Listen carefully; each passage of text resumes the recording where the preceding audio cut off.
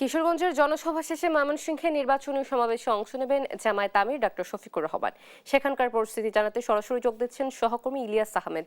ইলিয়াস, নেতাকর্মীদের সমাগম কেমন দেখছেন এবং আমিরের কাছ থেকে কি বার্তা আশা করছেন তারা জানাবেন।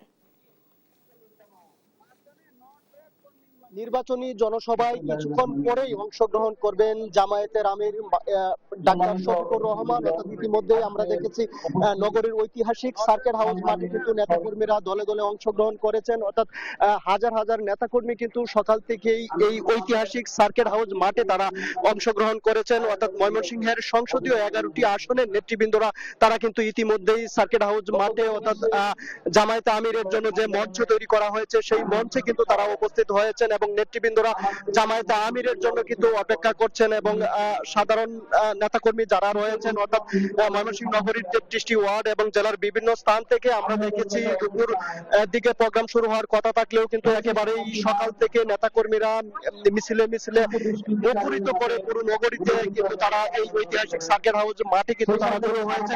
অর্থাৎ নেতৃবৃন্দরা বলছেন জামায়াতে ইসলামের আমিরের বক্তব্যের মাধ্যমে কিন্তু তাদের যে নির্বাচনী প্রচার প্রচারণা তারা যে শুরু করেছেন সেটির স্পৃহা কিন্তু আরো বাড়বে সেই বিষয়টি বলছিলেন। অর্থাৎ জামায়াতে আমিরের দিক নির্দেশমূলক বক্তব্য কিন্তু তাদের কাজে আসবে সেই বিষয়টি কিন্তু বলছিলেন। অর্থাৎ কিছুক্ষণের মধ্যেই জামায়াতে ইসলামের আমিরের কিন্তু এই সবাই কিন্তু আসার কথা রয়েছে। অর্থাৎ ইতিমধ্যেই নিরাপত্তা ব্যবস্থা সেই নিরাপত্তা ব্যবস্থা কিন্তু জোরদার করা হয়েছে। এখানকার 11টি আসনের স্থানীয় নেতৃবৃন্দ যারা রয়েছেন তারা কিন্তু তারা বক্তব্য রাখছেন। এছাড়াও আমরা দেখেছি বিভাগের বিভিন্ন জায়গা থেকে কিন্তু নেতৃবৃন্দরা জামায়াতে ইসলামের যে সভা সেই হাজার হাজার মাঠে জড়ো হয়েছে এবং তারা বলছেন যে ঐতিহাসিক নির্বাচন বিষয়টি বলছিলেন। এই ছিল আমার কাছে সর্বশেষ।